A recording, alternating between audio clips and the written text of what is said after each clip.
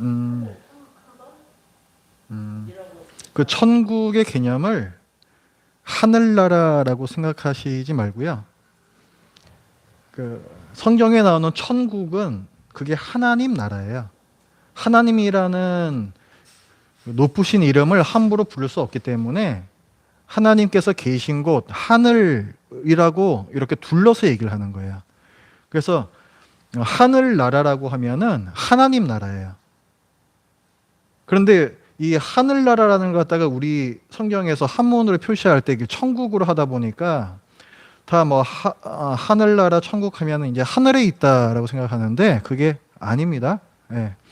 그래서 천국이라고 하면은 그것은 하나님 나라다. 이렇게 먼저 정확하게 알고 계시고요.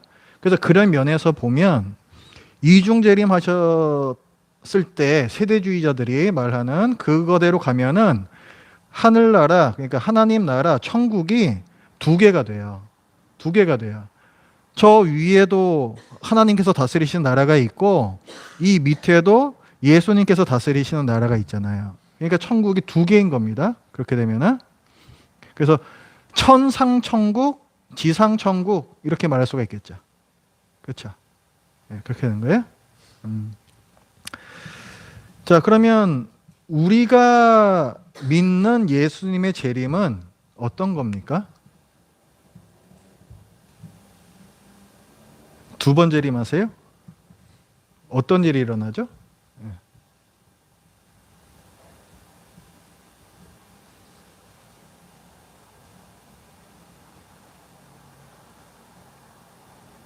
예수님의 재림하고 대환란, 그다음 휴거 이걸 한번 말씀해 보시겠어요? 우리가 믿는 바.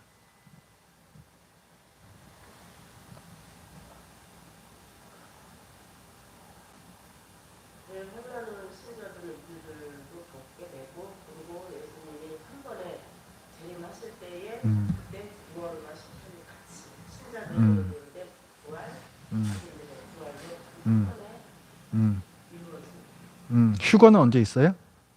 그거는 음, 예수님이 음, 재림하실 공중에 오실 때 신자들이 마중 나가는 음, 그 과정이고 그냥 나가는 과정에 불과한 거죠? 그렇죠. 예, 맞습니다. 우리가 믿는 예수님의 재림은 그냥 한 번 지상으로 오시는 것이고 대환란을 성도들이 교회가 뭐 누구를 막론하고 다 통과하는 거예요. 다 통과해야 되는 것이고 예수님께서 이 지상에 재림하실 때 성도들이 예수님을 마중 나가는 거, 공중에서 마중해서 다시 땅으로 내려오는 거예요. 그래서 이 땅에서 천국을 누리는 것이다. 그렇죠? 예, 그게 우리가 믿는 바입니다. 많이 다르죠? 세대주의자가 많이 달라요. 네, 감사합니다. 자, 그러면은 오늘 내용을 또 나눠보겠습니다. 오늘의 주제는 적그리스도와 대환란이라고 되어 있습니다. 성경에 적그리스도가 나오고 대환란이 나오는데 이게 뭘 가리키는 건지 오늘 좀 살펴보겠습니다. 자, 성경에서 우리 신자들에게 말씀하는 바는 말세에 성도들에 대한 극심한 핍박이 있을 것이다. 그렇게 얘기를 해요. 적그리스도가 나타나서 성도들을 극심히 핍박할 것이다. 라고 얘기를 합니다. 사실 이 핍박이라는 거는 늘 어느 시대나 있어 왔어요. 그리스도인들에 대한 핍박은. 그런데 적그리스도가 나타나서 하는 핍박은 그 핍박의 절정이다 라고 보시면 됩니다.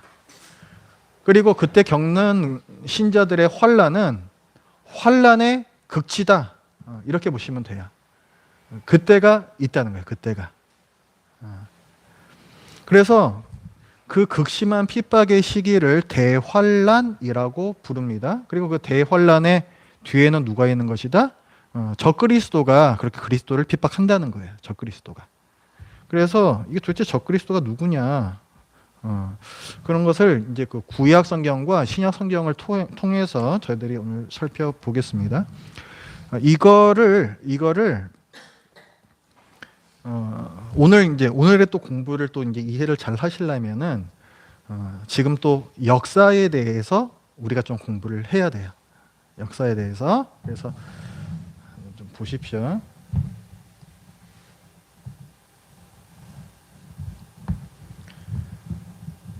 오늘 우리가 볼 게 그 다니엘서부터 볼 거거든요. 다니엘이 어느 시대의 바벨론에 아이고 어느 시대의 포로로 끌려갔어요? 바벨론 시대에 끌려갔죠. 그렇죠? 예. 자, 그 중동 지역이에요. 그 지역에 그 제국을 형성했던 나라들이 있거든요. 그래서 처음에 이제 다니엘 때부터를 보는 거예요. 그때 보면은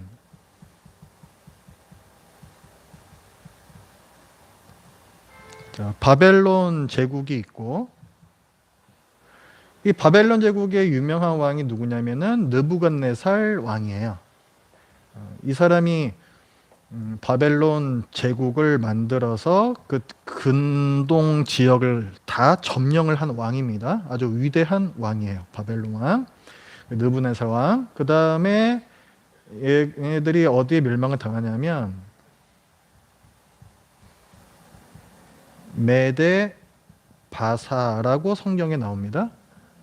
메데는 역사에서는 메디아라는 나라고 바사는 페르시아라는 나라예요. 우리말에서 성경에서 이제 음역을 메데 바사 이렇게 쓴 겁니다. 자, 이 메데 바사는 왜 이렇게 붙여서 쓰냐면은 원래는 바벨론 시대에 메데라는 큰 나라가 있었고 페르시아라는 조그만 그 어떤 거기 소속되어 있는 그 어떤 주 같은 개념으로 보시면 돼요. 어떤 우리나라로 치자면은 뭐 경기도 뭐 이런 식으로. 그러니까 한 나라의 자그마한 지역이었어요. 그게 페르시아였어요. 그런데 이 페르시아의 그 고레스 왕이라는 사람이 메데를 통째로 먹어요. 그래서 처음에는 메데가 이따마했고 바사가 요만했는데 나중에는 전체가 바사가 됩니다. 그래서 메데 바사는 사실은 한 나라였는데 나중에는 바사라는 나라 이름으로만 불리게 돼요. 그래서 이렇게 붙여서 씁니다. 메데 바사라고.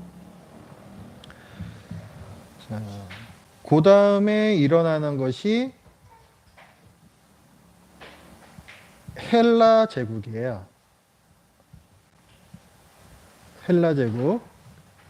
헬라는 그리스란 뜻인데요.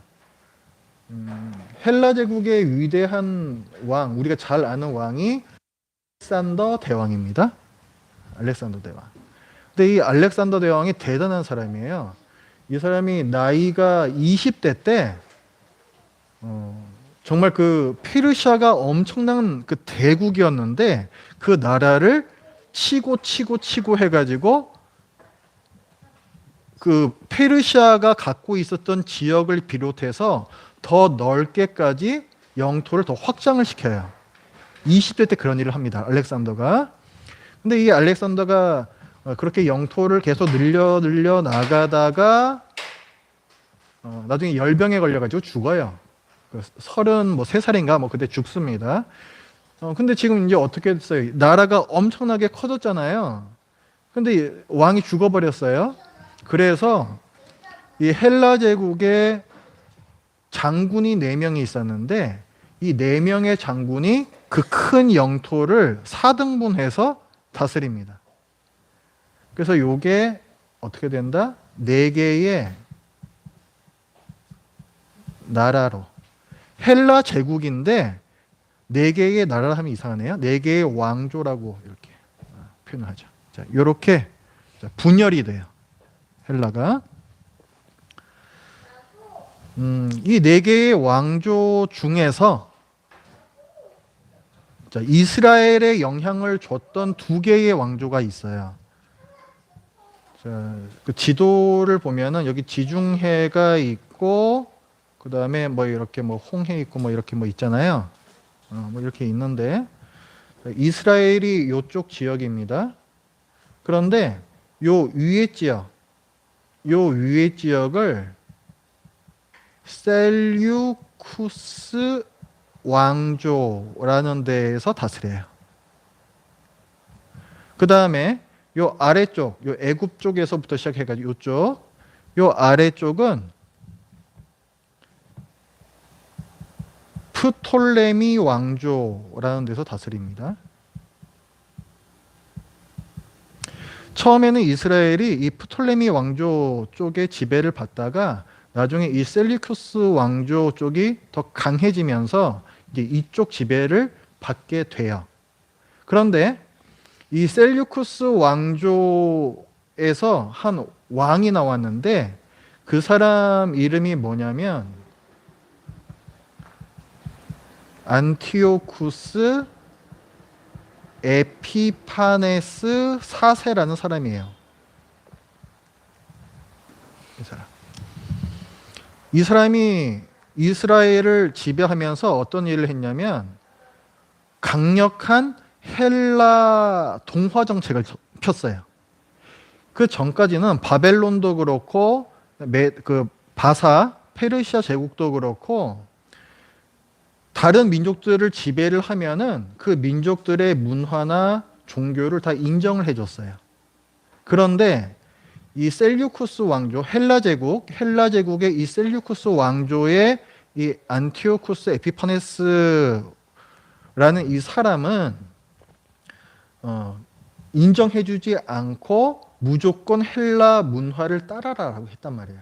그래서 어떤 짓을 했냐면 성경을 없애버리려고 그랬어요.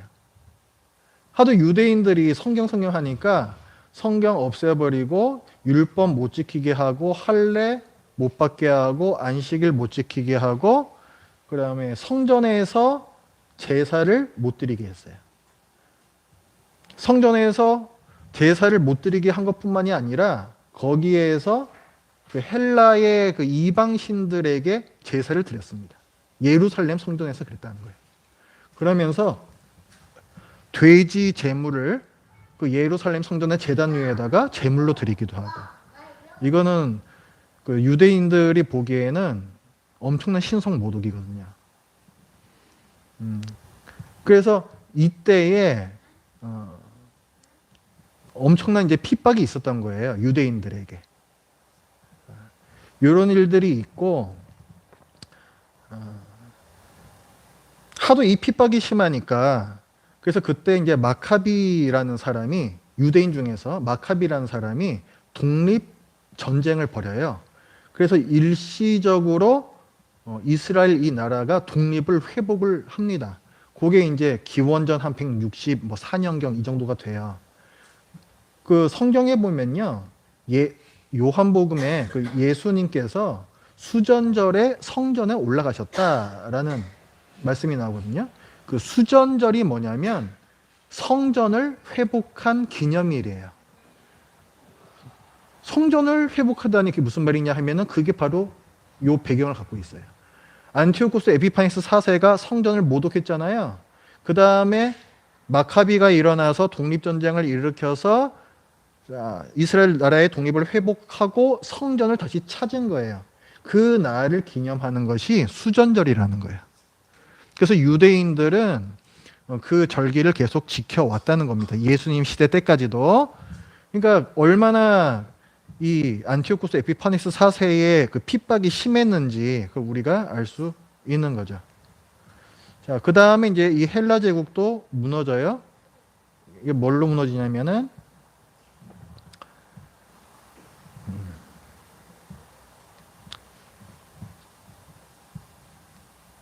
이게 뭘로 무너지냐면은 로마 제국이 됩니다. 로마 제국.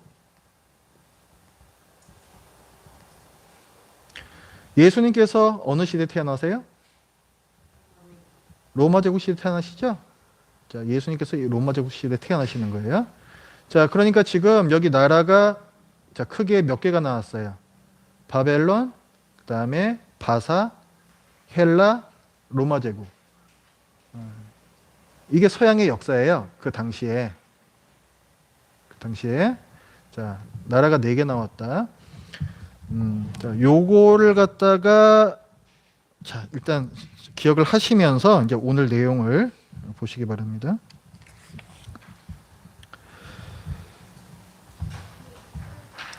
우리가 지금 저기 그 주일 때도 다니엘서 보고 있잖아요.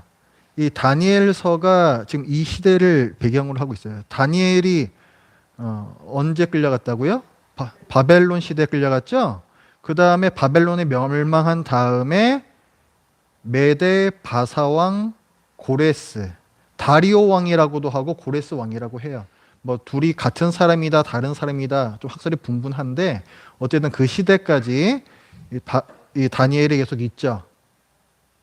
자, 그래서 이 다니엘서를 보면은 적그리스도에 대한 그 표현이 나오는 데가 있어요. 그게 지금 제가 말씀드린 이 역사하고 관련이 있어요. 그래서 그 부분을 제가 설명을 드리겠습니다.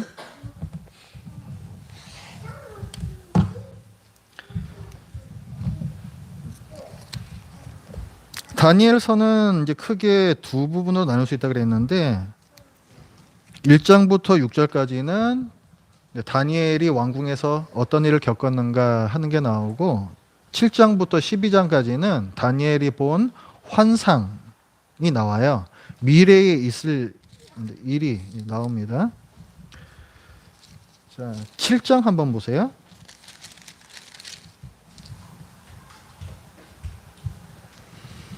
자, 7장 보기 전에 그냥 들으세요. 그 2장에 보면은 그 바벨론 왕 느부갓네살이 꿈을 꾸는데 큰 신상 꿈을 꾸는 게 나오죠. 머리는 금이고 여기는 은이고 그 밑에는 동, 그 다음에 밑에는 쇠, 뭐 이런 식으로 이루어져 있는 신상 나오잖아요. 그게 뭘 가리킨다라고 성경에 나와 있어요. 내 나라를 가리키는데 금 머리는 바로 느부갓네살 당신입니다. 이렇게 나오죠. 그러니까 내 나라가 나오는데 첫 번째는 뭐란 얘기예요? 바벨론이란 얘기죠. 그 다음에 이제 세 개의 나라가 일어나고 그리고 손 대지 아니한 돌이 나와서 그 신상에 발을 때리면서 다 무너뜨리죠. 그러면서 그 돌이 태산을 이룬다. 온 세상에. 그래서 그것이 거기 메시아께서 오셔서 하나님 나라를 이루신다라는 그 말씀이라 그랬어요. 그렇죠? 그거하고 똑같은 의미를 가진 게 뭐냐면 이 7장이에요. 7장은 내 짐승 환상이라고 합니다. 요거는 바벨론 시대의 벨사살 왕 때예요. 벨사살 왕은 바벨론의 마지막 왕이에요. 느부갓네살 왕은 초대 왕이고 벨사살 왕은 마지막 왕이에요. 근데 이 벨사살 왕 때에 다니엘이 환상을 받아요. 여기에서는. 근데 이 바다에서 짐승 내에서 올라옵니다. 그 7장 3절에 보면 큰 짐승 넷이 바다에서 나왔는데 그 모양이 각각 다르더라 하면서 첫째는 어떤 모양, 둘째는 어떤 모양 이제 이렇게 나오는데 여기서 4마리 짐승이 나오잖아요. 이 4마리 짐승이 그 2장의 금, 은, 동, 철이라고 얘기했던 거 그거하고 다 이게 매칭이 되는 거예요. 4나라예요, 이것도 4나라.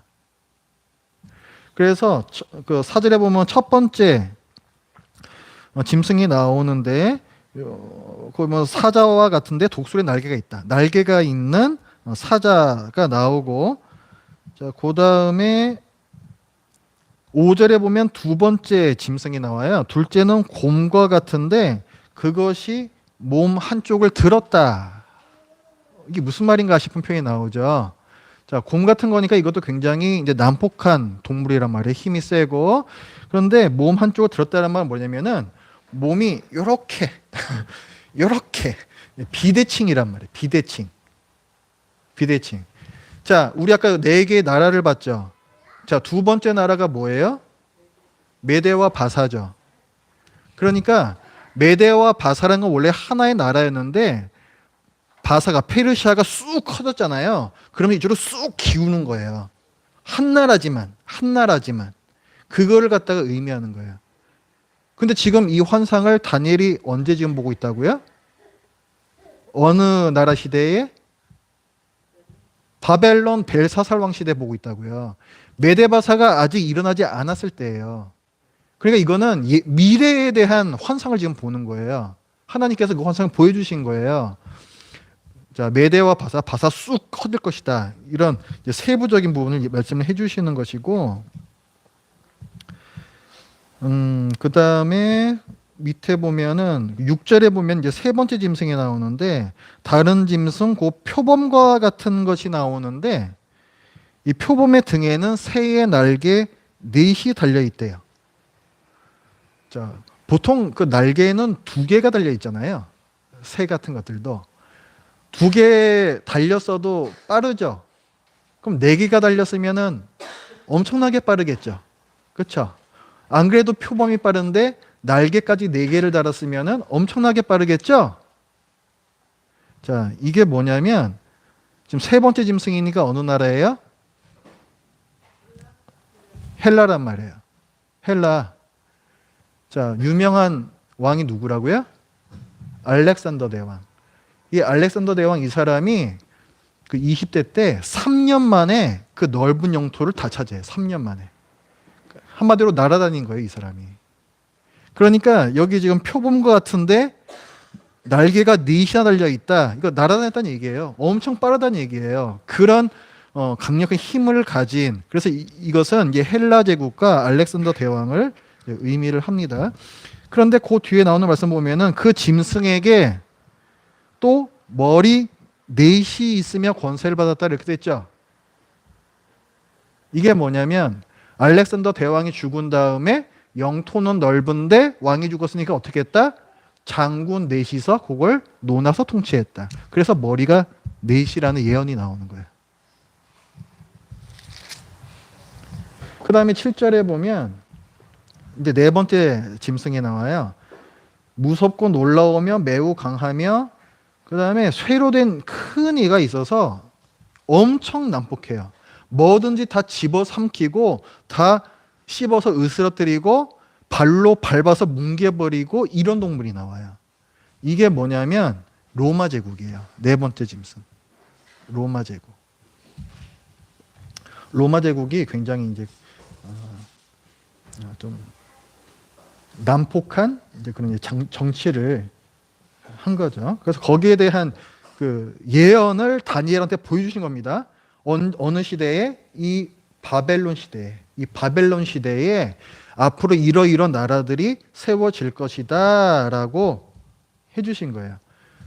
아까 2장에서는 4개의 나라 나온 다음에 손대지 아니한 돌, 그 다음에 태산 이게 나왔죠. 그게 하나님 나라잖아요. 그래서 이 7장에도 그 하나님 나라가 나와요. 이 4개의 나라 지금 봤잖아요. 그 다음에 나오는 게 뭐냐면은 이제 그 우리가 예전에 봤던 데요. 7장 13절 14절에 보면은 인자 같은 이가 하늘 구름을 타고 와서 그 백성들을 하나님 나라로 인도해 드리시는 그 환상이 나오거든요. 그래서 여기서 그래서 4개의 제국이 있은 다음에 예수님이 언제 태어나셨다고요? 로마 제국 시대에. 로마 제국 시대에. 이때 자, 인자 같은 이가 오셔서 하나님 나라를 만드신다는 거예요.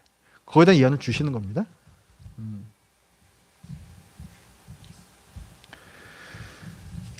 자, 그 다음에 8장도 보세요. 다니엘서 8장.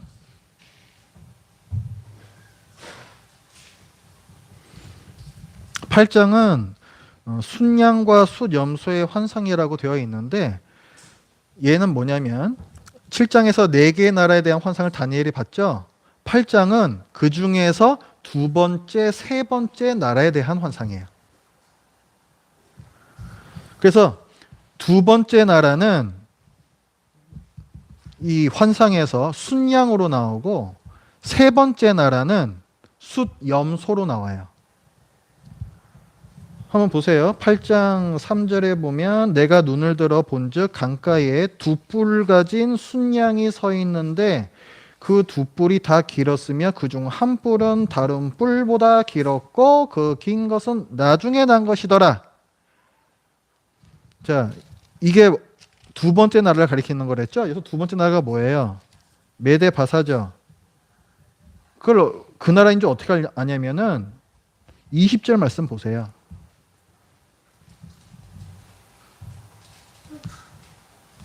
같이 읽어볼까요? 시작. 네가 본 바 두 뿔 가진 순양은 곧 메대와 바사 왕들이여. 나오죠? 메대와 바사라고. 근데 지금 두 뿔이 있는데 한쪽이 긴데 긴 녀석이 나중에 나온 녀석이라 그랬어요. 뭘 가리키는지 아시겠죠? 원래는 이게 하나의 나라란 말이에요. 그런데 처음에 조그맸던 게 오히려 더 커져가지고 자, 페르시아가 된 거예요. 그걸 지금 나타내는 거예요. 메대 바사 그 나라를 지금 가리키는 거예요. 그러니까 아까 뭐 이렇게 기울어졌다 그거 비슷한 거예요. 이 이미지가. 자, 그 다음에 5절부터 보면 이제 순념소가 나오거든요. 이 순념소가 뭐냐면 21절에 보면은 뭐라 나와 있어요? 같이 읽어봐요. 시작. 털이 많은 순염소는 곧 헬라 왕이요. 그의 두 눈 사이에 있는 큰 뿔은 그 첫째 왕이요. 자, 이 숫염소가 있고 뿔이 있어요. 큰 뿔이 있어요. 근데 그 큰 뿔은 첫째 왕을 가리킨다 그랬어요. 누구겠어요? 알렉산더 대왕이란 말이에요. 헬라 제국의 알렉산더 대왕. 그런데 그 5절 말씀에 보면은 순염소가 서쪽에서부터 와서 온 지면에 두루 다니되 땅에 닿지 아니하며 이렇게 돼 있죠.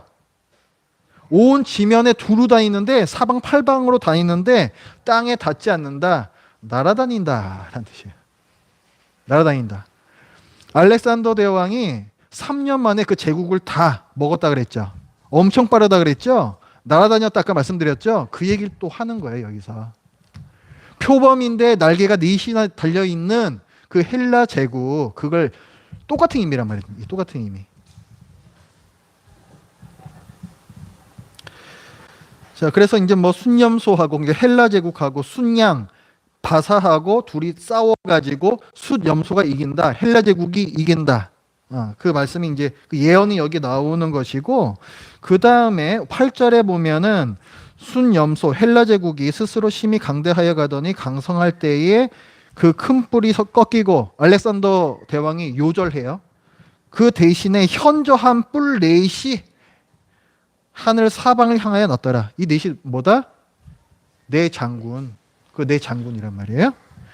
그 다음에 자 9절에서 그 중에 한 뿔에서 네 개로 나눠서 다스리고 있는데 그 중 한 뿔에서 또 작은 뿔 하나가 나서 그 다음에 또 얘가 심히 커졌대요. 그러면서 얘가 심히 강대해지면서 다른 뿔들도 막 짓밟고 그 다음에 11절에 보면 또 스스로 높아져서 군대의 주제를 대적하며 그에게 매일 드리는 제사를 없애버렸고 그의 성소를 헐었으며 그의 악으로 말미암아 백성이 매일 드리는 제사가 넘긴 바 되었고 그것이 또 진리를 땅에 던지며 자의로 행하여 형통하였더라.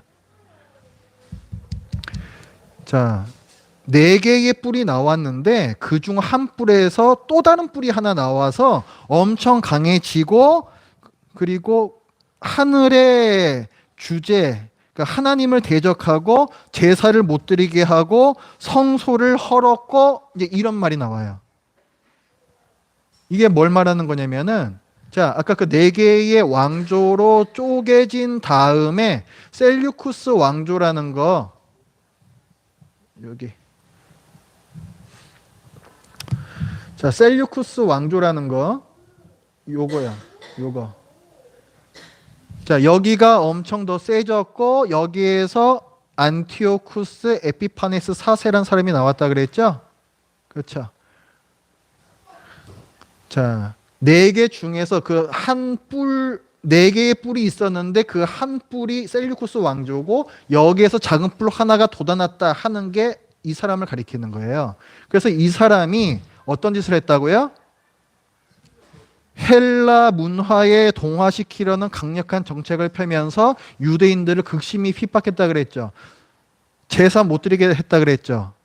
그에 대한 예언이 이 말씀이야. 그게. 그래서 지금 본 이 말씀에 나오는 이 안티오쿠스 에피파네스 4세라는 이 사람이 적그리스도의 모형으로 나와요. 이 사람이 적그리스도의 모형. 적그리스도는 뭐냐면 하나님과 그리스도를 대적하는 존재예요. 안티크라이스트. 영어로는 안티크라이스트예요. 그래서 하나님과 그리스도를 대적하는, 못 믿게 만드는 그런 악한 세력들을 가리키는 말이에요. 그런데 안티오쿠스 에피파네스 4세가 그 대표적인 인물이라는 거예요. 적그리스도는 한 사람을 가리키는 게 아니에요. 적그리스도는 여러 사람을 가리킬 수도 있고 사람이 아닌 다른 것을 가리킬 수도 있어요. 이를테면은 특정 사람이 아니더라도 예를 들어서 뭐 공산주의라든가 아니면 아주 그 빈부의 그 어떤 양극화를 굉장히 좀 문제를 크게 일으키는 그런 잘못된 자본주의라든가 이런 것들이 다 이제 사람들로 하여금 하나님이 아닌 다른 것들을 이제 섬기게 하고 이제 이런 것들이잖아요. 그래서 그런 어떤 이데올로기라고 하는 것들도 적그리스도의 범주에 들어가요. 그래서 이 적그리스도는 로마 시대에는 로마 황제도 적그리스도다라고 불렀었고 로마 제국의 경제 시스템이 있어요. 얘들의 경제 시스템은 노예를 기반으로 굴러가는 경제 시스템이에요. 노예들의 어떤 그 피와 땀을 뽑아서 그 위에 소수의 권력층들이 잘 먹고 잘 사는 그런 경제 체제거든요. 그래서 그런 것들, 그런 경제 체제들도 성경 요한계시록 같은 데서 보면은 짐승이다 이렇게 표현해. 짐승이다. 또 이제 그런 것들, 정치 체제들, 그 다음에 뭐 중세 시대에는 로마 교황도 적그리스도다 이렇게 얘기를 했어요. 왜냐하면은 예수 그리스도와 하나님만을 바라보게 하는 것이 아니라 교황이 거의 하나님의 자리를 차지를 했어요. 그래서 이제 적그리스도라고도 이제 그때 불렀던 거예요. 이런 식으로 이제 적그리스도는 시대별로 나타나는데, 자, 요 시대 때에는 이제 안티오쿠스 에피파네스 4세라는 사람이 그 인물이 된다라는 겁니다.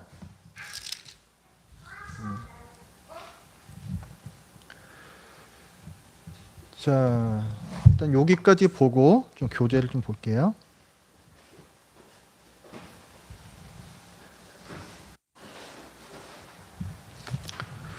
자, 이제 11장을 좀 보겠는데요. 다니엘서 11장 한번 보겠습니다. 31절부터 39절까지.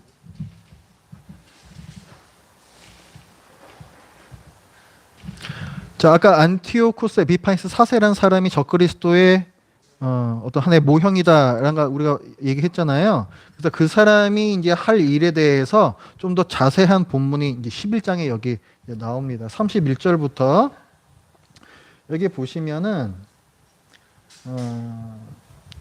자, 군대는 그의 편에 서서 성소고 견고한 곳을 더럽히며 매일 드리는 제사를 폐하며 멸망하게 하는 가증한 것을 세울 것이며 그가 또 언약을 배반하고 악행하는 자를 속임수로 타락시킬 것이나 오직 자기의 하나님을 아는 백성은 강하여 용맹을 떨치리라. 그러면서 이제 그 하나님의 백성을 핍박하는 얘기들이 여기 이제 계속 이어져요. 뭐 36절에서도 보면 그 왕은 자기 마음대로 행하며 스스로 높여 모든 신보다 크다 하며 자기가 모든 신보다 더 크다. 이렇게 한다 얘기하고 있고, 비상한 말로 신들의 신을 대적하며 형통하기를 분노하심이 그칠 때까지 하리니 이는 그 작정된 일을 반드시 이룰 것임이라. 자, 이런 식으로 해가지고 요 셀류쿠스 왕조하고 프톨레미 왕조하고 두 왕조가 싸우는 얘기가 11장에 나오고 또 그 중에서도 요 안티오쿠스 에피파네스 4세에 대한 얘기가 여기 11장에 나옵니다. 그러면서 이제 그 이 다니엘서에서 이제 적그리스도의 개념을 이제 소개를 하는 거예요. 이 7장 25절 말씀 한번 보십시오.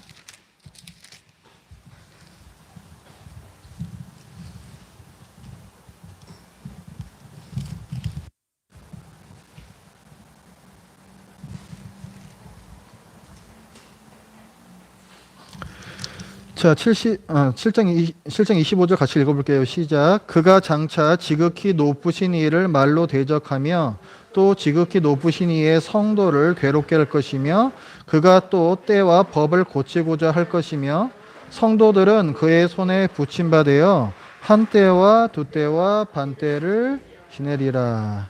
자, 여기서 보면은 자, 지극히 높으시니 하나님을 대적하는 이 사람이 뭘 한다 되어 있어요. 하나님의 그러니까 지극히 높으시니까 하나님이니까 하나님의 성도를 괴롭게 한다 이렇게 나오죠. 그리고 성도들이 그의 손에 붙임받아서 한 때와 두 때와 반 때를 지내게 된다. 핍박의 기간을 한 때와 두 때와 반 때를 지내게 된다는 거예요. 한 때가 1년이고 두 때는 2년이고 반 때는 반년이에요. 그럼 합치면은 얼마가 나오는 거예요? 3년 반 나오죠. 지난주에 봤던 그 그림에서 세대주의자들이 그 대환란 얘기하잖아요. 거기에 보면은 제가 그때 잠깐 말씀드렸었는데 그 7년 대환란이 반으로 쪼개진다 뭐 이런 말씀 드린 게 있죠. 그래서 그 세대주의자들은 그 유대인들이 이제 당하는 핍박이라고 보는 건데 이것을 그게 이제 요런 말씀 근거로 들어가지고 3년 반이다 이렇게 얘기를 해요. 3년 반이다. 이게 이제 어떤 일이 일어나는 거냐면은 그러니까 예수님께서 공중재림 하시잖아요. 공중재림 하시면은 그때 세대주의자들이 얘기하는 거예요. 그러면 그때 신약의 성도들 죽은 사람들은 부활하고 그 사람들이 산 사람들과 같이 해서 휴거하게 되죠. 그다음에 지상에는 누가 있다? 좀 뜨뜻미지근한 성도들하고 그다음에 누가 있다? 유대인들이 있다 그랬죠. 유대인들이 있다. 그리고 대환란 기간이 이어진다 그랬잖아요. 근데 이걸 좀 자세히 보면은 어떤 일이 있는 거냐면은 자, 휴거된 다음에 그 적그리스도가 유대인들하고 어떤 약속을 맺어요. 한마디로 우리끼리 저기 하나님을 잘 섬기면서 그렇게 잘 살아보자. 그러니까 원래는 적그리스도인데 마치 그 신실한 그런 어떤 유대인인 것처럼 행세를 한다는 거예요. 그렇게 이제 그 왕으로 어떤 온 존재가 이제 그렇게 이스라엘 백성을 속여서 이제 7년 동안의 어떤 언약을 맺는데 그 중간에 이 적그리스도가 본색을 드러내요. 본색을 드러내면서 하나님을 섬기지 못하게 하고 제사를 지내지 못하게 하고 그러면서 유대인들을 극심하게 핍박을 합니다.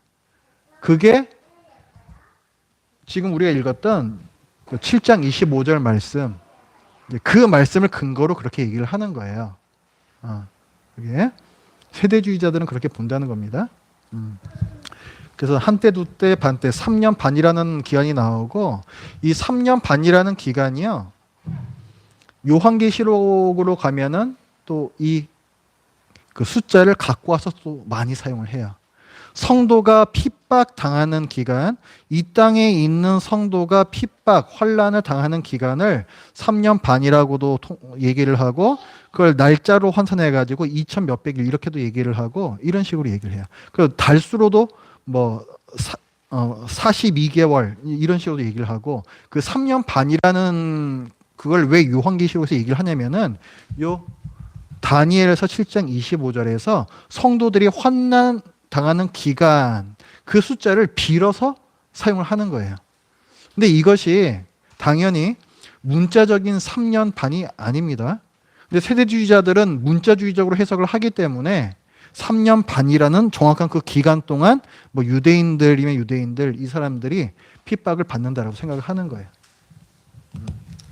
알죠? 자, 그러니까 다니엘서에 보면은 이런 그 하나님의 백성들을 극심하게 핍박하는 적 그리스도의 개념이 나온다라는 것이고 다니엘서에서 말씀 하나만 더 볼게요. 9장 24절부터 말씀 보세요.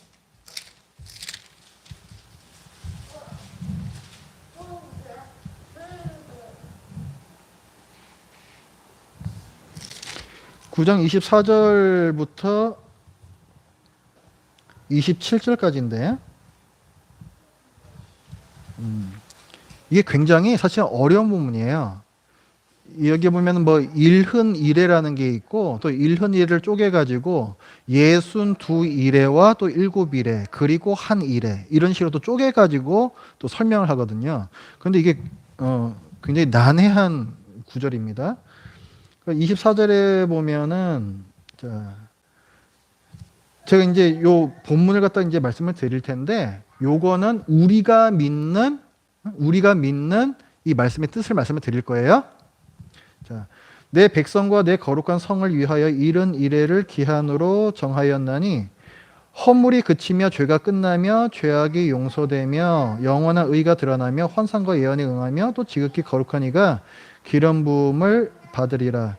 자, 이 말씀은 뭐냐면 자, 그 중간에 보면은 허물이 그치며 죄가 끝난다, 죄악이 용서된다 이런 말씀이 있죠. 허물과 죄가 끝났다. 그리고 모든 죄악이 용서된다. 뭘 가리키겠어요? 그렇죠. 죄악이 용서되는 거, 모든 허물과 죄가 사함받는 거는 예수 그리스도의 대속밖에는 없어요. 그렇죠. 그러니까 그 사건을 가리키는 거죠.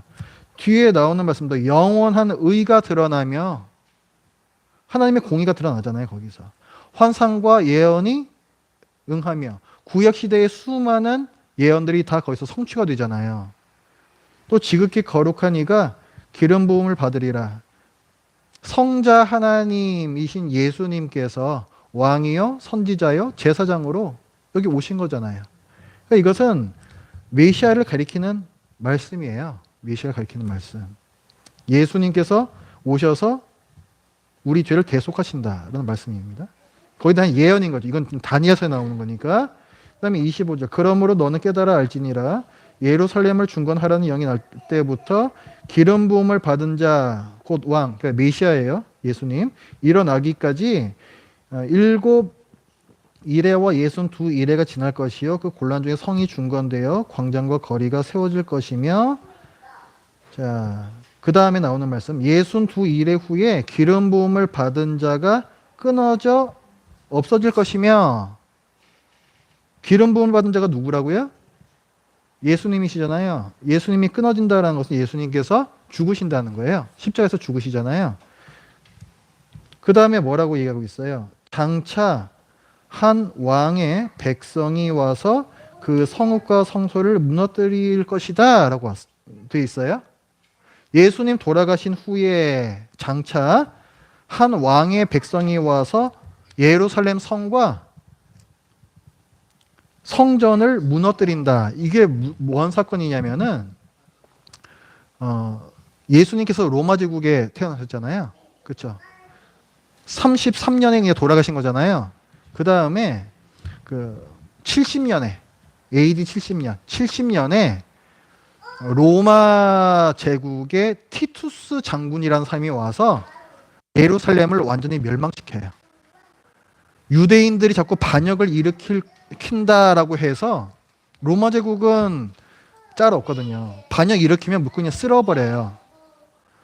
그래서 그 로마 황제의 아들인데 티투스가 그 사람이 로마 군대를 이끌고 예루살렘으로 진격해 들어와서 성과 성전을 완전히 무너뜨려 버립니다.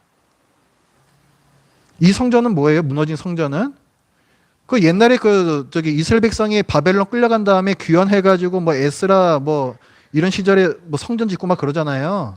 그 성전이 나중에 로마 제국 시대 와서 뭐 헤로 성전도 증축이 되고 이렇게 된 거거든요. 다시 지은 성전이죠. 제2 성전이라고 부르는 거예요. 그게 무너진 거예요. 그게 무너진 거예요.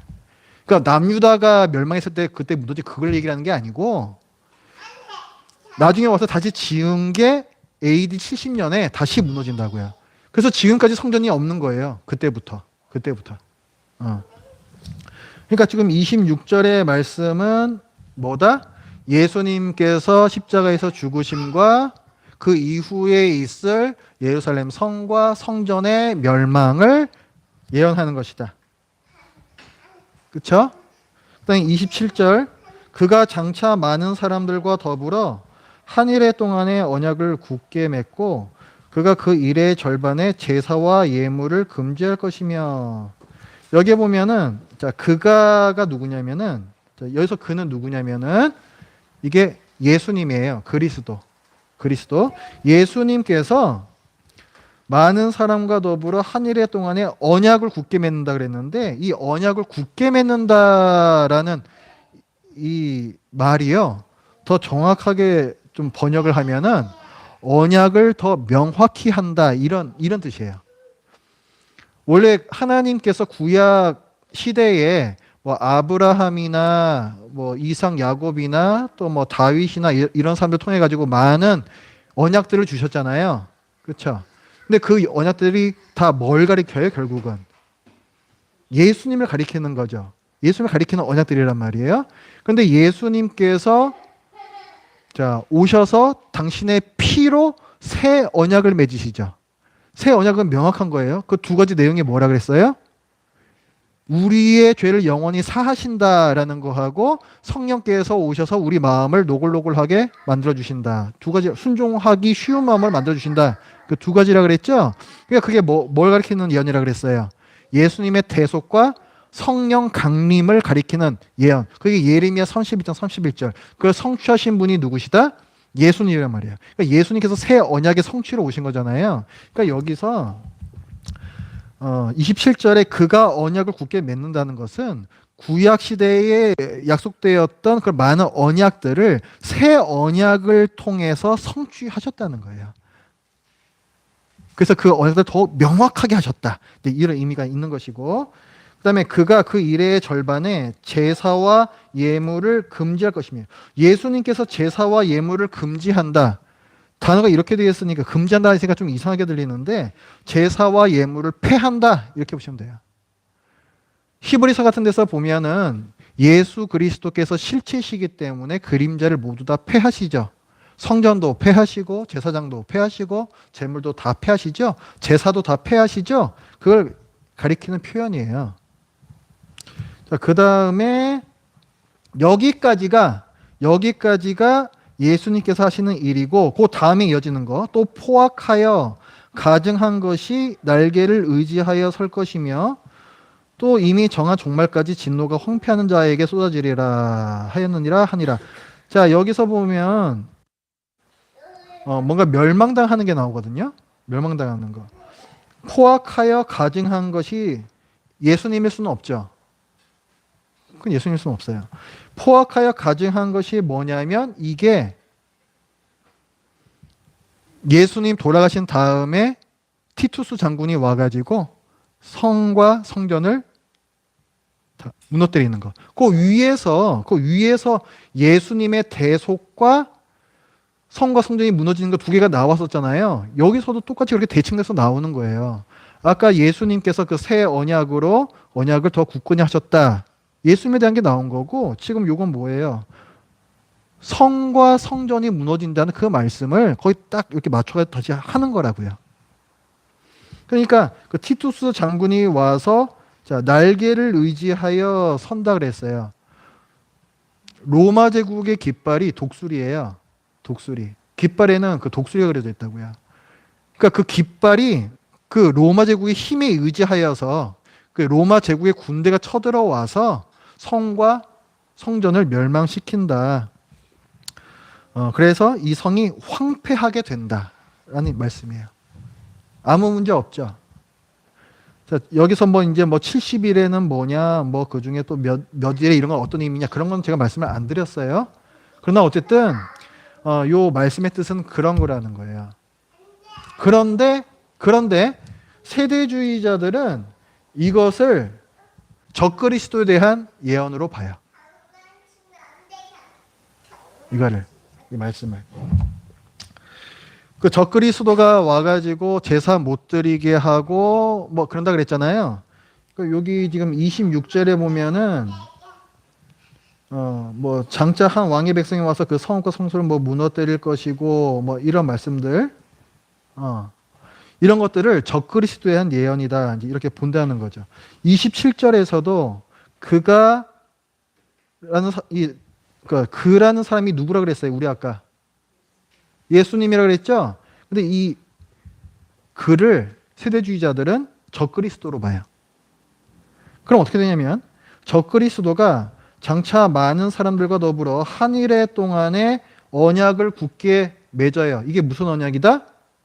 적그리스도가 이스라엘을 속여서 자, 우리 하나님 잘 섬겨보자 했는데 나중에 본색을 드러낸다 그랬죠. 그게 뭐냐면 그 이어지는 말씀이에요. 그가 그 이레의 절반의 제사와 예물을 금지할 것이며 언약 중간에 언약을 맺어놓고 언약 중간에 제사도 못 드리게 하고 예물도 금지시킨다는 거예요. 하나님을 못 섬기게 한다는 거예요. 언약을 깬 거죠. 적그리스도가.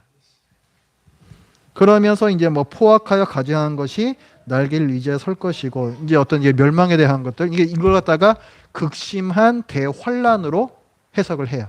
성도들이 겪는 극심한 대환란. 세대주의자들은 그렇게 본다는 거예요.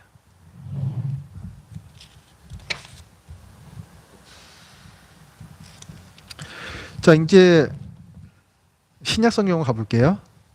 다니엘서 되게 어렵죠. 예, 다니엘서 굉장히 어려운 책이에요. 굉장히 어려운 책이에요. 환상이 굉장히 많이 나오고 쉽지 않은 책입니다. 마태복음 24장으로 가보세요.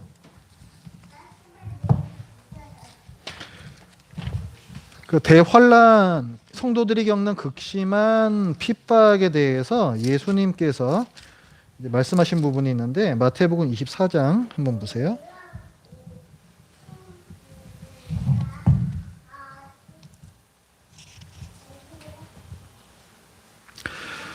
이 마태복음 24장은요.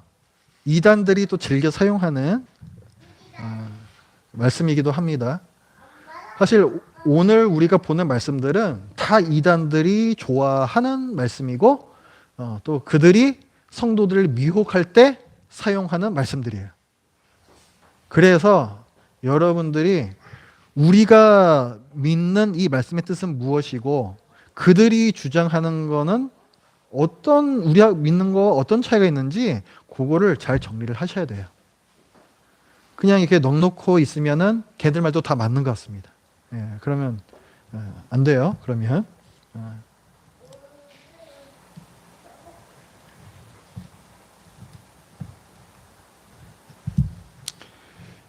자, 이게 마태복음 24장의 이제 구조인데요. 요거를 참고해서 제가 말씀을 드리겠습니다. 마태복음 24장에는 마지막 날에 어떤 일이 있는가 예수님께서 직접 말씀을 해주세요. 그런데 이 마태복음 24장이 어렵고 헷갈리고 이단들이 자꾸 꿰어들고 그 이유가 뭐냐면 이 본문이 한 가지 질문에 대한 답변이 아니라 두 가지 질문에 대한 답변이기 때문에 그래요. 자, 24장 3절 말씀 한번 보세요.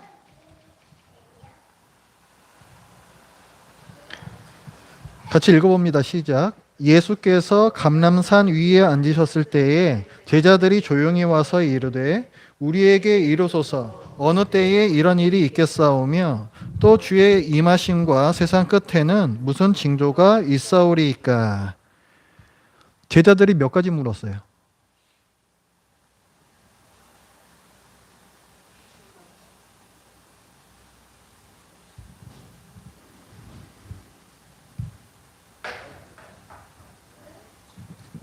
몇 가지 물었어요? 두 가지 물었어요. 두 가지. 어느 때에 이런 일이 있겠사오며 여기서 이런 일은 그 윗절에 나와요. 성전이 무너지는 거예요. 자, 우리가 지금까지 봤죠. 성전 언제 무너질 거예요? 헤롯 성전 언제 무너져요? 누가 와서 무너뜨린다고요? 로마의 티투스 장군이 와서 무너뜨린다고요. 그렇죠? 예수님은 알고 계세요. 예수님 알고 계세요. 아직 그 얘기 있기 전이니까.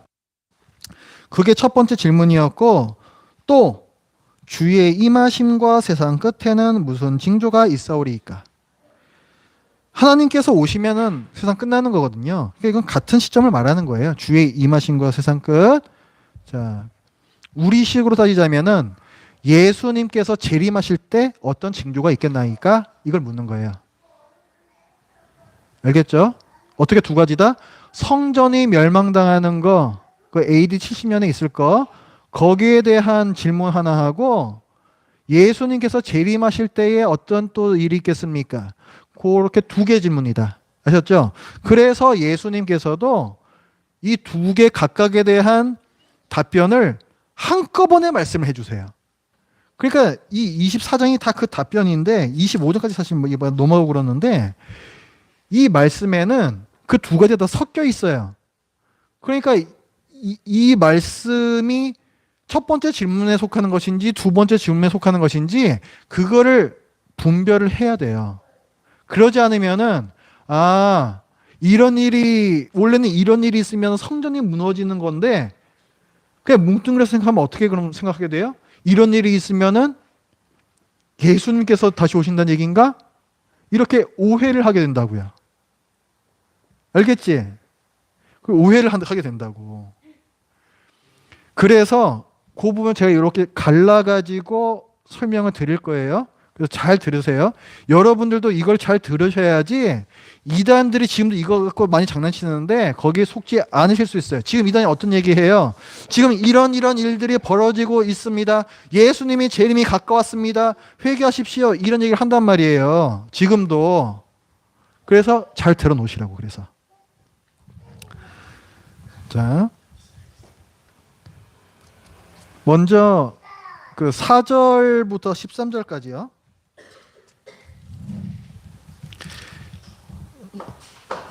자, 5절에 보면은 4절 5절에는 어떤 얘기가 나오냐면은 나는 그리스도다. 이런 가짜 그리스도들이 나와서 사람들을 속인다. 그다음에 6절에 보면은 난리가 난다. 그다음에 7절에는 전쟁이 나고 기근, 그러니까 가뭄도 들고 지진도 있고 이렇다는 거예요. 지금 이단들이 이런 거 얘기해요. 지금 이 세상을 봐라. 전쟁이 이렇게 계속 일어나고 있고 기근과 지진이 있지 않느냐. 예수님께서 이제 곧 오실 것이다. 이렇게 얘기를 한다고요. 그런데 8절에 보면은 뭐라고 말씀하고 있어요? 이 모든 것은 재난의 시작이니라 이렇게 말씀하고 있어요. 재난의 시작이니라. 시작에 불과한 거. 그 다음에 9절에 보면은 성도들이 받는 핍박과 환난이 나와요. 사람들이 너희를 환난에 넘겨주겠으며 너희를 죽일 것이다. 너희가 내 이름 때문에 모든 민족에게 미움을 받을 것이다. 많은 사람들이 실족하게 될 것이다. 서로 잡아주고 서로 미워할 것이다. 거짓 선지자가 많이 일어날 것이다. 사람들의 사랑이 식어질 것이다. 이렇게 나오죠. 그런데 이것들은요, 예수님께서 이 땅에 오셔서 초림, 그때부터, 그 다음에 예수님께서 재림하실 때까지, 그때까지 항상 있는 일이에요. 그거는. 거짓 그리스도들이 계속 판친다 그랬잖아요. 그러니까 예수님 이후에요. 그렇죠? 그러니까 초림 이후로 예수님께서 다시 오실 때까지는 항상 이런 일이 있어요. 지금까지 역사 중에서 전쟁 없었던 적이 있었습니까? 기근이, 지진이 없었던 적이 있었습니까? 없죠. 늘 있는 일이라는 거예요. 그거는. 그러니까 이것은 예수님의 재림의 징조가 아니다. 아니에요? 자, 그 다음에 이제 14절은 이게 재림에 대한 본문이에요. 이 천국 복음이 모든 민족에게 증언되기 위하여 온 세상에 전파되리니 그제야 끝이 오리라. 자, 이렇게 됩니다. 이렇게. 자, 아까 8절에서는 이 모든 것은 재난의 시작이니라 라고 했죠? 초림부터 재림 때까지 있을 일들이 이제 시작이 되는 거고, 그런 일들이 시작이 되는 거고, 천국 복음이 모든 민족에게 증언이 되면 그때 돼서 예수님께서 재림하신다는 거예요. 그러니까 14절하고 그 위에 하고는 관계가 없는 겁니다. 그 위에 거가 예수님 재림의 징조가 아니라는 거예요. 자, 그 다음 이어지는 15절부터는요. 예루살렘 성전 멸망에 대한 얘기예요. 제자들이 두 가지 질문했었다 그랬죠? 첫 번째 질문이 성전 언제 무너집니까? 이거였잖아요. 그게 15절부터 나오는 거다. 그러므로 너희가 선지자 다니엘이 말한 바 멸망에 가증한 것이 거룩한 곳에 선 것을 보거든. 이거 아까 다니엘서 그 11장 31절에 나왔던 그거거든요. 멸망에 가증한 것이 거룩한 곳에 서는 거. 다니엘이 봤던 건 이게 언제냐면은 안티오쿠스 에피파네스 4세 거기에 대한 예언이었어요. 그때 뭘 한다 그랬어요? 성전 안에 우상 신상을 세우고 거기에서 제단에다가 제물을 드리고 이 짓거리를 한다 그랬죠. 그래서 멸망에 가증한 것, 하나님께서 보시기에 가증한 그 일들이 거룩한 것, 성전 안에서 이루어지는 것, 그걸 그 다니엘이 예언했던 거거든요. 예수님께서는 그 예언을 갖고 오세요. 그거에 버금가는 사건이 일어난다는 거예요. 지금은 예수님 시대죠. 그러니까 그 에피파네스 그 사람 이후의 시대예요. 그러니까 유대인들은 다니엘이 말한 이 멸망에 가증한 것이 거룩한 곳에 선 것이 뭔지를 알아요. 뭔지를 안다고요, 이 사람들은. 그런데 거기 정말 이 유대인들의 보기에는 아주 잊을 수 없는 정말 그 신성 모독의 최대의 어떤 그 모욕적인 사건이 아니겠습니까? 유대인들이 그 잘 알고 있는 그 사건을 예수님께서 떠올리게 하시면서 거기에 버금가는 또 다른 사건이 일어난다는 거예요. 그게 뭐냐면은 성전이 멸망당할 때 있을 일이에요. 그게 AD 70년에 있을 일. 그래서 16절에 보면 그때의 유대에 있는 자들은 산으로 도망할지어다 이렇게 얘기해요. 로마 군대가 예루살렘 성으로 쳐들어오잖아요. 그렇죠? 근데 얘들이 어떻게 그 예루살렘 성을 멸망을 시키냐면요. 자, 이게 예루살렘 성벽이에요. 예루살렘 성은 산 위에 있거든요. 그래서 어쨌든 이 성벽을 통과하지 않고는 이 안에 들어갈 수가 없어요. 그래서 자, 이렇게 이제 돼 있는데 로마 군대가 와서 이걸 어떻게 넘어가냐면은 흙을 쌓기 시작합니다. 흙을 쌓아가지고 계속 쌓아요. 엄청난 인력을 동원해가지고 흙을 쌓아요. 그 다음에 경사길이 생겼잖아요. 여기로 군대가 넘어가는 거예요. 엄청나죠. 이게 토성을 쌓는다 이렇게 나와요. 토성을 쌓는다. 이게 뭐 로마 제국도 그렇고 그 이전의 제국들도 그렇고 그 제국들이 많이 쓰는 그 전술이에요. 성을 함락할 때. 그러니까 자 로마 군대가 쳐들어와 가지고 예루살렘 성을 포위하고 이제 이런 일을 할 거잖아요. 이런 일이 벌어지면은 뭐 하라고 말씀하고 계세요? 빨리 산으로 도망가라. 왜? 왜 도망가야 되겠어요? 못 이기거든요. 못 이기는 거예요. 예루살렘 성과 성전이 무너질 거기 때문에 항전하지 말고 도망가라 말씀하시는 거예요. 예수님께서. 그래서 이제 17절부터의 말씀도 보면은 이제 급히 도망가라는 얘기가 나와요. 지붕 위에 있는 자는 집 안에 있는 물건을 가지러 내려가지 말며 밭에 있는 자는 겉옷을 가지러 뒤로 돌이키지도 말고 그날에는 아이 벤 자들과 젖 먹이는 자들에게 화가 있다. 왜 그래요? 도망치기 어렵잖아요. 자, 이단들은 이제 이런 말씀 가지고 뭐라고 어떻게 해석하냐면은 예수님의 재림이 가까웠다. 전쟁도 나고 지진도 나고 자, 예수님의 재림이 가까웠다. 그러므로 이제 16절이 나오는 거예요. 그러므로 빨리 산으로 피해야 된다. 이렇게 얘기해요. 그 집에 재산이나 이런 거 다 정리해가지고 산으로 빨리 도망가라 그래. 그리고 아이 벤 자들과 젖 먹인 자들에게 화가 있다 그랬잖아요. 그래서 결혼도 하지 마라. 이렇게 얘기하는 거예요. 빨리 저 산으로 같이 가가지고 예수님께서 오실 때까지 우린 거기서 주님을 기다려야 된다. 거기서 공동체 생활을 하는 거죠. 이단들이잖아요. 그렇죠? 그 다음에 이제 나오는 거는 너희가 도망하는 일이 겨울에나 안식일이 되지 않도록 해라. 왜 그러겠어요? 도망가기 어렵죠. 특히 안식일에는 유대인들은 그 예를 무슨 규례가 있어요. 몇 걸음까지만 움직일 수 있다. 이런 게 있어요. 도망치는데 그 몇 걸음까지 움직일 수 있으면 그 도망이 되겠습니까, 그게? 그래서 이제 안식일이 되지 않도록. 실제로 예루살렘 성에 이제 점령을 당하고 남은 사람들이 이제 나중에 그 마사다라는 어떤 고지로 또 이게 도망을 가요. 거기서 최후의 어떤 항전을 하거든요. 마사다 항전이라는 게 있어요. 나중에 한번 인터넷에서 한번 찾아보세요. 그런데 이 로마 군대가 여기를 점령을 못 하겠는 거예요, 여기를. 그래서 로마 군대가 어떻게 했냐면은 안식일에 쳐들어가요. 그래서 그때 유대인들이 우리는 안식일에는 무기를 들 수 없다 해가지고 그래서 그 아이들과 여인들을 먼저 다 스스로 그 자기들 칼로 죽이고 나중에 이제 스스로 다 자결을 해서 그래서 다 자결함으로써 이제 그 항전이 끝이 납니다. 그러니까 그 안식일에 도망가는 일이 없도록 해라. 이런 어떤 의미가 있는 거예요. 이런 말씀들도. 그 다음에 21절에 보면은 이는 그때에 큰 환란이 있다 이렇게 나오잖아요. 이제 여기도 이제 큰 환란 이제 이렇게 표현이 나오는데 여기서 이제 큰 환란이라는 이 표현이요.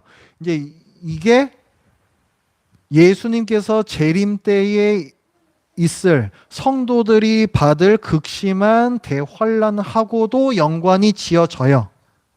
이 큰 환란이. 왜냐하면 이어지는 말씀을 보면 창세로부터 지금까지 이런 환란이 없었고 후에도 없으리라. 이런 말씀이 있어서 그래요.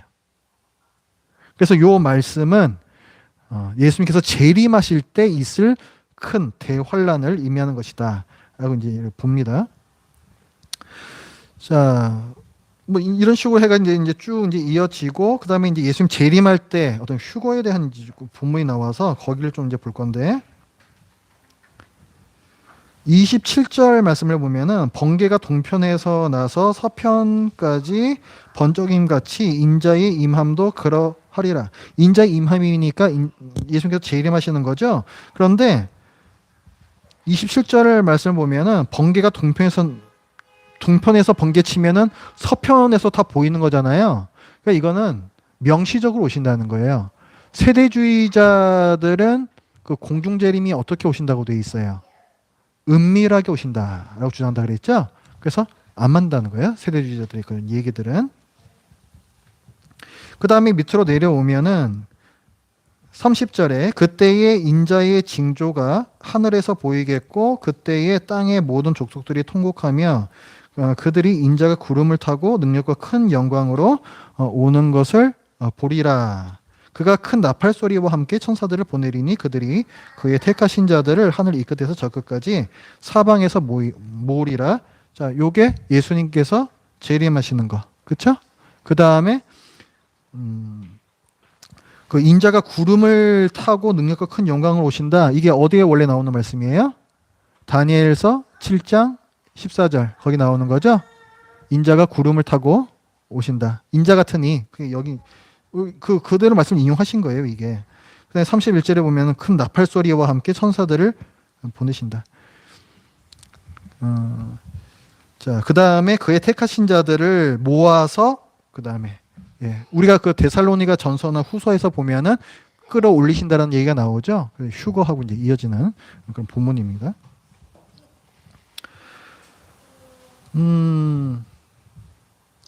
자, 그래서 저들이 이제 마태복음 24장을 봤는데 마태복음 24장에서 예수님의 재림의 징조로 얘기하는 게 있어요? 예수님의 재림 전에는 어떤 일이 있을 것이다 이런 게 있습니까? 없잖아요. 없어요. 뭐 지진이 됐든 기근이 됐든 핍박이 됐든 그런 것들은 예수님께서 초림하셨을 때부터 재림하실 때까지 언제나 늘 있는 거예요. 언제나 늘 있는 거예요. 그 강도의 차이가 왔다 갔다 할 그 따름이지 언제나 있는 거예요. 그래서 예수님께서 오실 그때는 아무도 몰라요. 징조가 있으면 알죠. 징조가 있으면 이제 예수님 오신다 누구나 알죠. 근데 예수님께서 그날 모른다 그러셨어요. 거기 40절 말씀 보면요. 40절 말씀. 그때에 두 사람이 밭에 있음에 한 사람은 데려가고 한 사람은 버려둠을 당할 것이요. 예수님 오셨을 때 우리 성도들이 예수님 마중하러 나가야 되잖아요. 휴거라 그랬잖아요. 이게 휴거 사건이거든요. 그런데 두 사람 중에 한 사람이 이제 휴거 당해서 이제 올라갔는데 둘 다 뭐 하고 있었어요? 밭에 있었다 그랬어요. 밭에서 일하고 있었다는 거예요. 징조가 없으니까 그냥 일상생활을 하는 거예요. 41절에도 두 여자가 맷돌질을 하고 있음에 한 사람은 데려가고 한 사람은 버려둠을 당할 것이니라. 마찬가지야. 아까 밭에 나간 건 남자라고 한다면은 맷돌질 하고 있는 건 여자라고 보면 되는 거예요. 집안일 평소와 똑같이 그냥 하고 있는 거예요. 그러다가 한 사람은 이제 주님 영접하러 공중으로 올라간 거죠. 그러니까 몰라요. 징조가 없어요. 예수님 재림의 징조는 없어요. 다만 성도가 받는 핍박이라는 것은 늘 있는 것이고 극심한 핍박이라고 부르는 그 대환란이라고 부르는 거 그거는 있을 거예요. 그건 분명히 있을 거예요. 그거는.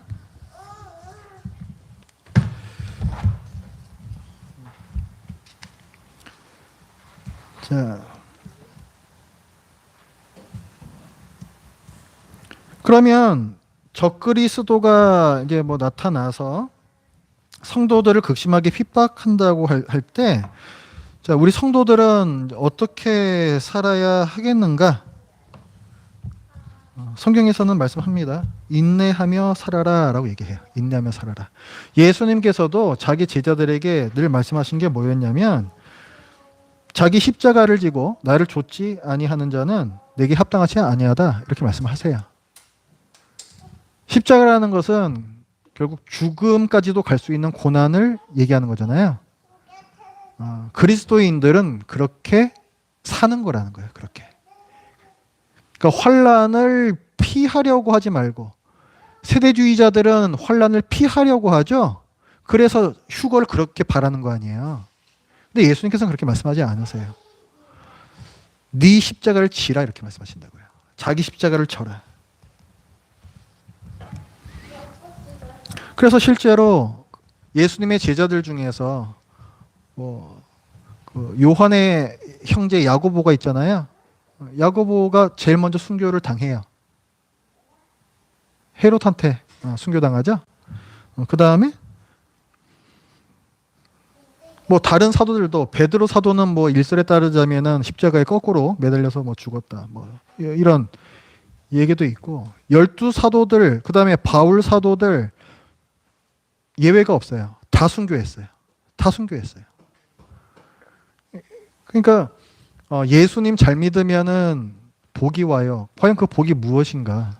과연 세상 사람들이 말하는 돈 많이 벌고 높은 지위에 올라가고 내 자식이 잘 되고 내 어떤 노후가 평안하고 이것이 정말 복인가? 아니죠. 성경에서는 그리스도인은 핍박을 받는 것이고 그럼에도 불구하고 하나님께서 우리 성도들의 영혼을 보존시키신다라는 것이 큰 복이다. 이렇게 말씀을 하고 있어요. 그 부분을 많이 말씀하시는 곳이 어디냐면 요한계시록이에요. 그게 요한계시록 자, 요한계시록을 가기 전에 그 적그리스도에 대한 본문을 갖다가 하나만 좀 더 보겠습니다. 우리 요한계시록 어쩌면 못할지도 모르겠는데 자, 이것도 좀 중요한 부분이라서 데살로니가 후서 2장 가볼게요.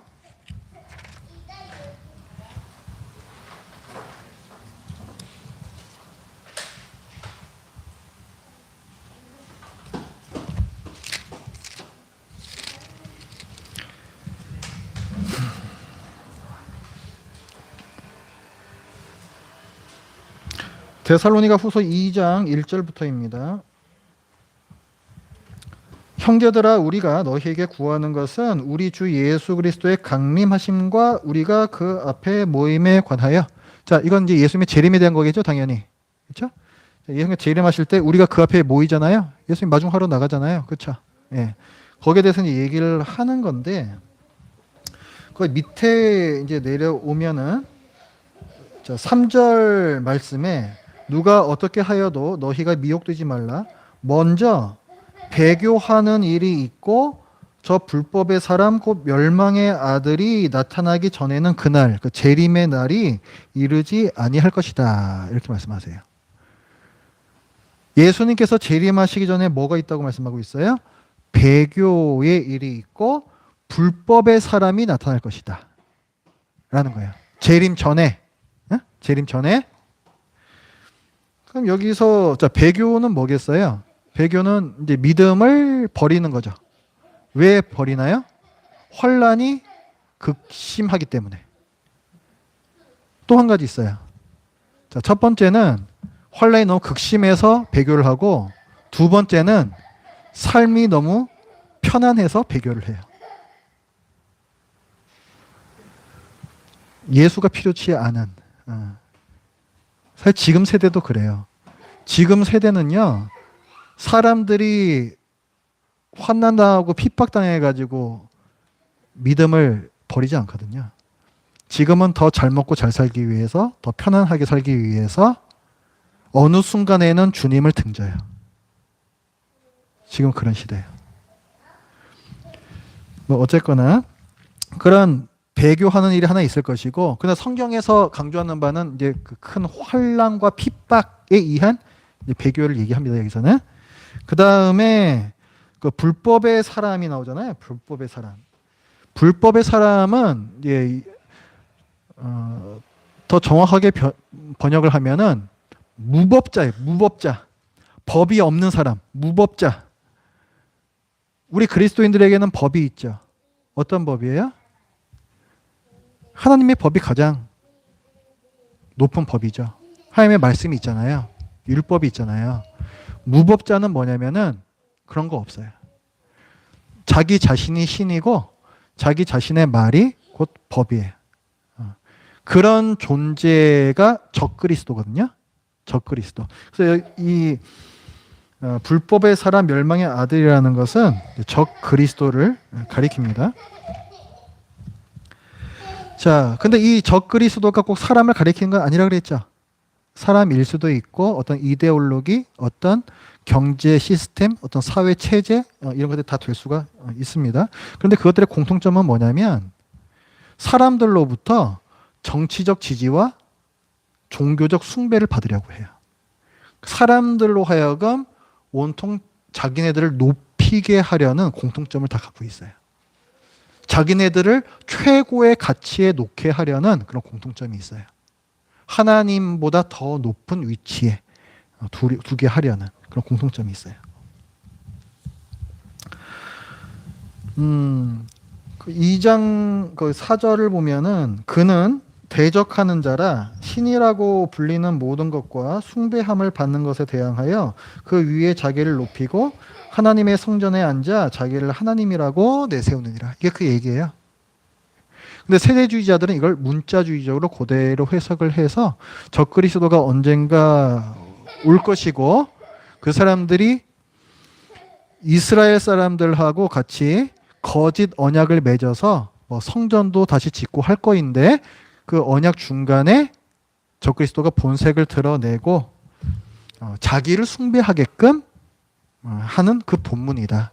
이게 바로 그 본문이다. 이제 세대주의자는 그렇게 봅니다. 그리고 그 밑에 또 보면요. 6절에 너희는 지금 그로 하여금 그의 때에 나타나게 하려 하여 막는 것이 있는 것을 아나니 불법의 비밀이 이미 활동하였으나 지금은 그것을 막는 자가 있어 그 중에서 옮겨질 때까지 하리라.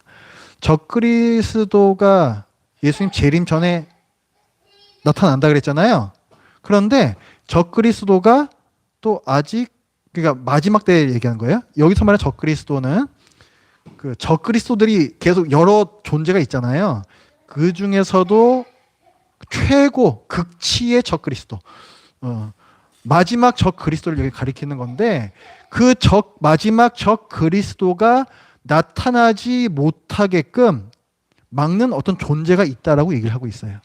예수님께서 재림하실 때가 정해져 있잖아요. 그래서 적그리스도도 마지막 적그리스도도 나타날 때가 하나님께서 정한 때가 있는데 그때까지는 얘가 못 나타나게끔 뭔가 막아주는 존재가 있다라고 하는 말씀이에요. 도대체 이게 도대체 그럼 무엇이냐라고 하면은 세대주의자들은 이걸 성령님이다 이렇게 봐요. 성령님. 성령님께서 적그리스도가 못 나타나게끔 막고 있는 것이다라고 주장을 해요. 그런데 그 주장의 잘못된 점이 뭐냐면 세대주의자들이 말할 때 자, 적그리스도가 나타나면은 대환란이 있잖아요. 그 대환란을 겪는 자들이 누구예요? 유대인들과 뜨뜻미지근했던 성도들이잖아요. 그렇죠? 그런데 그 중에서 그 대환란 중에 회심하는 사람들이 생긴다. 그래서 그 유대인들의 숫자가 14만 4천이다. 이렇게 주장을 하거든요. 세대주의자들은. 근데 회심은 누구의 역사예요? 성령님의 역사란 말이에요. 성령이라 아니하고서는 예수를 주라 부를 수가 없단 말이에요. 그런데 세대주의의 말처럼 적그리스도가 나타나기 전에 성령님이 계셨는데 성령님이 이제 물러나셨기 때문에 적그리스도가 나타났다고 하면은 이때 이 대환란 기간 중에 어떻게 회심을 합니까? 앞뒤가 안 맞는 거죠. 그래서 잘못됐다는 거예요. 그래서 적그리스도를 막는 존재는 성령님이 아니라 우리는 어떻게 보냐면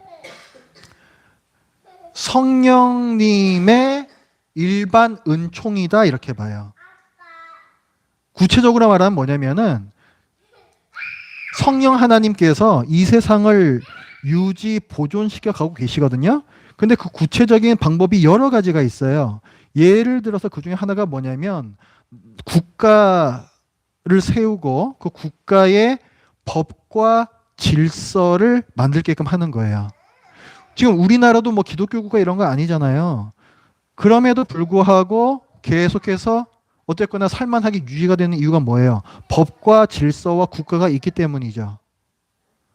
이게 성령님께서 이 세상에 베풀고 계시는 일반 은총이라는 거예요. 구원과는 관계가 없지만 구원과 관계 있는 게 특별 은총이거든요.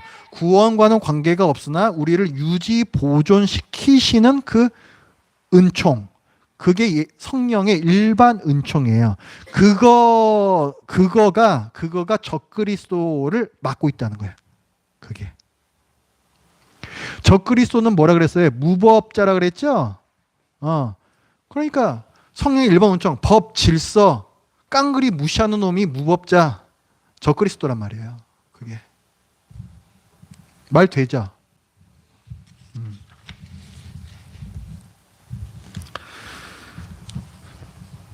자, 그래서 적그리스도가 나타나가지고 뭐 대환란, 그 대핍박해서 성도들 이제 핍박하고 하는데 이제 예수님께서 재림하시면서 그런 이제 뭐 적그리스도의 이제 배후에는 사탄이 있죠. 그 뭐 사탄, 그럼 뭐 적그리스도, 요한계시록에 가면은 이런 적그리스도적 존재들이 뭐 땅짐승, 바다짐승 뭐 이런 애들로 나타나요.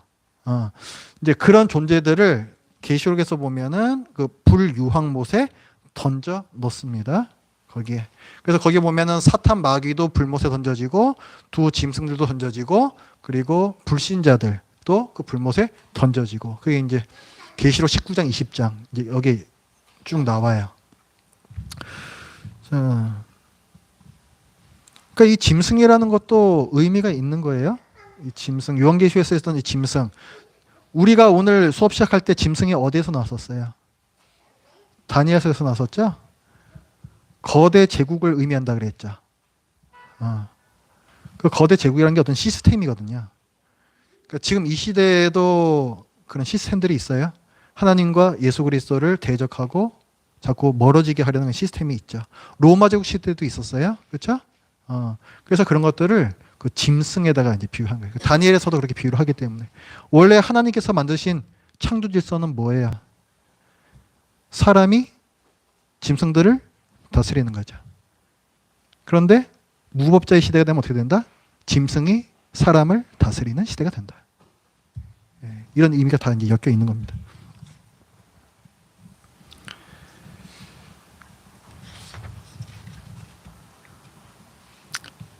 자, 한 가지만 더 하고 끝낼게요. 그 요한 계시록에 보면은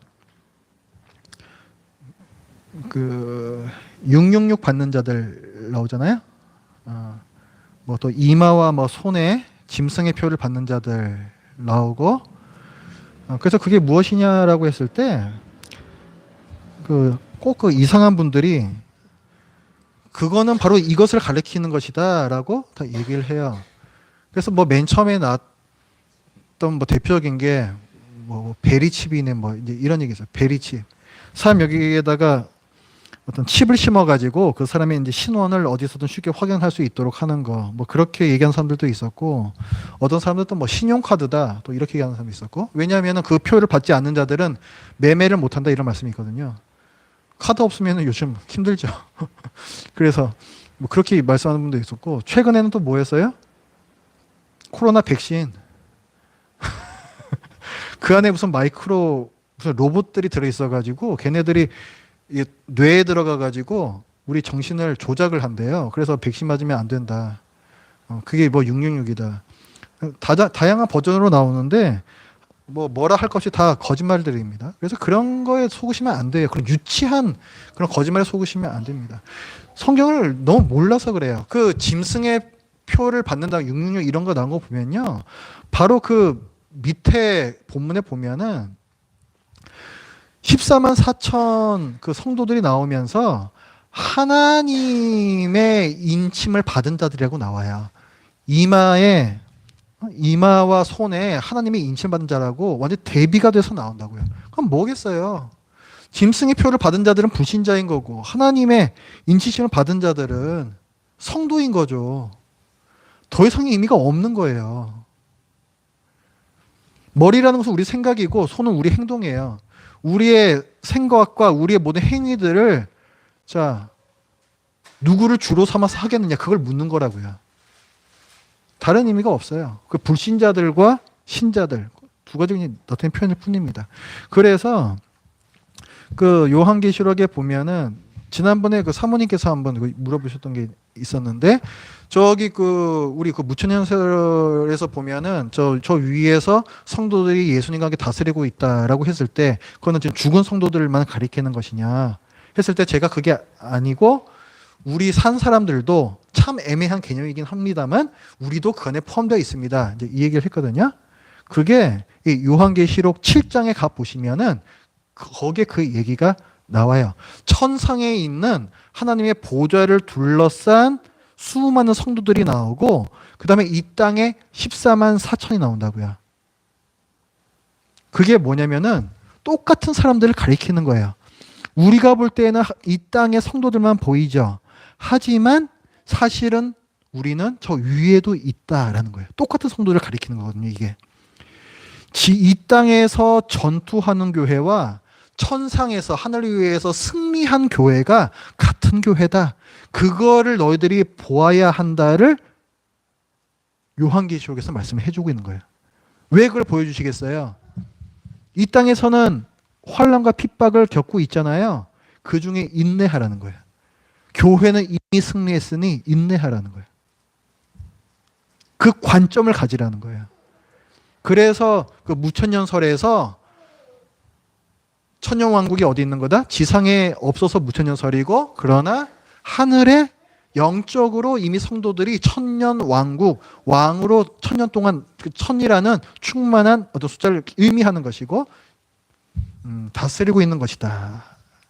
그 말씀 드리는 거예요. 좀 이렇게 깨어지셔야 돼요. 예전에 그 요한계시록 배우셨던 거, 그 다음에 우리 지금 정말로 배우고 있는 이런 것들이 다 이제 깨어지셔야 돼. 자, 다 했다.